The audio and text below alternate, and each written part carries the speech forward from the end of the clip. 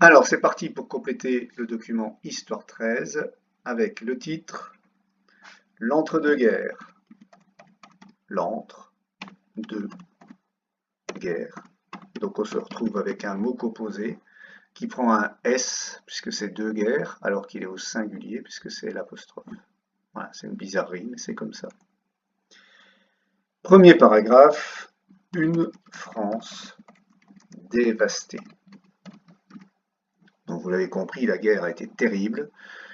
La France déplore 1,4 million de morts, d'hommes blessés ou mutilés.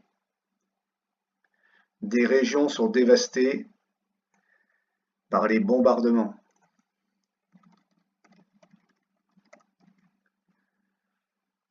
Il faut reconstruire de nombreuses routes, de nombreux bâtiments, de nombreux édifices. Tout est à refaire. Dans tous les villages, il y a eu au moins un ou plusieurs morts, des gens de la commune qui sont partis à la guerre, qui ne sont jamais revenus. En leur hommage, on va construire des monuments aux morts.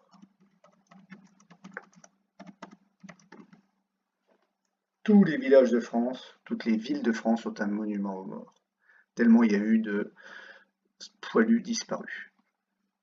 Donc des monuments aux morts apparaissent dans tous les villages de France en mémoire des enfants morts pour la France, on dit aussi morts pour la patrie.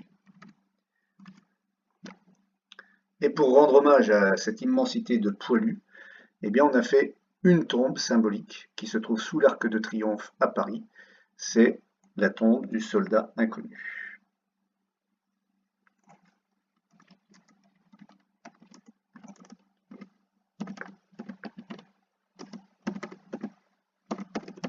La tombe du soldat inconnu. Un corps non identifié et choisi au hasard. Il y a eu une cérémonie à Verdun. C'était expliqué, si vous allez visiter le fort de Verdun, et une explication très intéressante. Alors, après la fin de la guerre et cette reconstruction, on va avoir une décennie qu'on appelle les années folles. Les années 20, deux points, les années folles.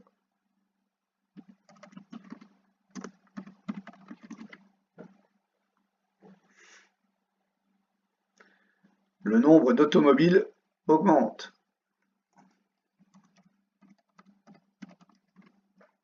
Grâce au travail à la chaîne, qui permet une fabrication en série. Donc ça va plus vite et ça coûte moins cher.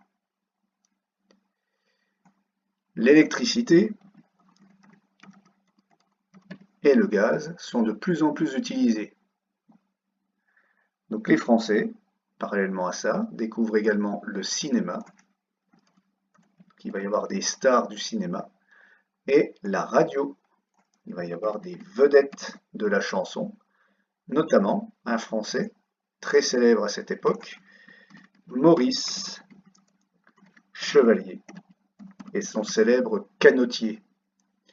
Donc vous écouterez des extraits si ça vous chante, des chansons que vous allez trouver désuètes, mais qui avaient vraiment du succès à l'époque-là. Autre progrès technologique, c'est l'aviation qui se développe.